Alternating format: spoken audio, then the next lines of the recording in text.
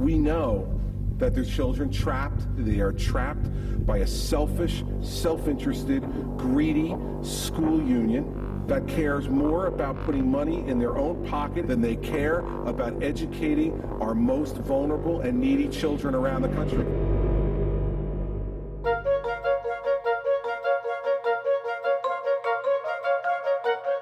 We have one of the best school systems in the country, and right now you are putting nothing but negative press out there about teachers and better schools, and you're polarizing the state, and you're making people take sides, and in a time of financial crisis, we all need to come together. So step back and look at what you're doing, step back and think, is this the right thing to do, and stop bullying people into doing what you want them to do. I haven't heard him say, okay, you're making sacrifices, you're losing staff, you're losing programs, I'm gonna give up some of my staff. I'm gonna ask the legislators to give up some of their staff. We've sacrificed already with our newest budget. I mean, the last 2 years, actually, we've given a lot back just to save jobs, and I've done it willingly. And it's interesting that it's almost passed unanimously. Our new superintendent wanted to privatize 270 jobs. 180 of those people live in the Hillsborough community. Aides, teachers, bus drivers, and nobody wanted to let that happen. So we're all taking a hit to our wallets, so it didn't happen. Christie likes to talk about shared sacrifice. I've yet to see him take a pay cut, a pay freeze, even give a nominal amount back as a sign of good faith. I will always put 110% into everything I do. That includes buying supplies for my students, because we're in a very difficult time, and I know my district, as well as many districts around New Jersey, do not have the funds to support the things that we need to do with our students. At this point, I'm pretty much living paycheck to paycheck, and I really don't have much to put away at the end of each month, so.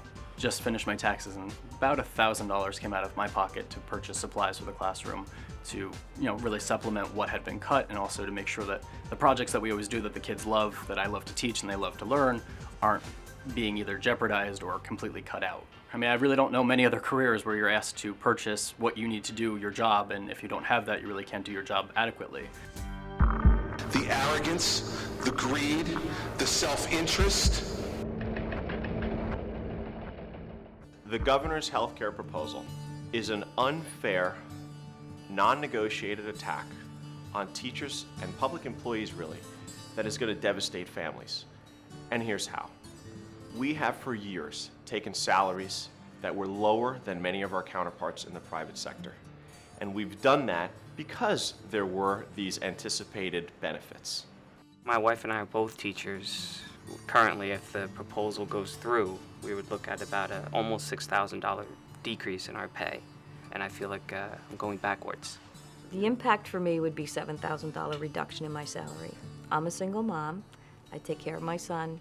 And right now in New Jersey, it costs a lot of money to live. I'll have to get a second job to make ends meet. I wouldn't be able to pay my mortgage and do what I need to do for my son with over $300 a month coming out of my paycheck. When we looked at what we might actually have to be paying out, it was something close to about $7,000 pay cut in our family. It really is sad because there are some very, very good teachers that the only reason they're not going to be teaching is because the sacrifice will be just too great for them. My message to educators is probably what I tell my own teachers. You're doing a great job. You're not greedy. Be proud. Tell people in the supermarket who you hear chattering, I'm a public school teacher, and let them ask you about that. Because you're in the right. You're on the side of right here.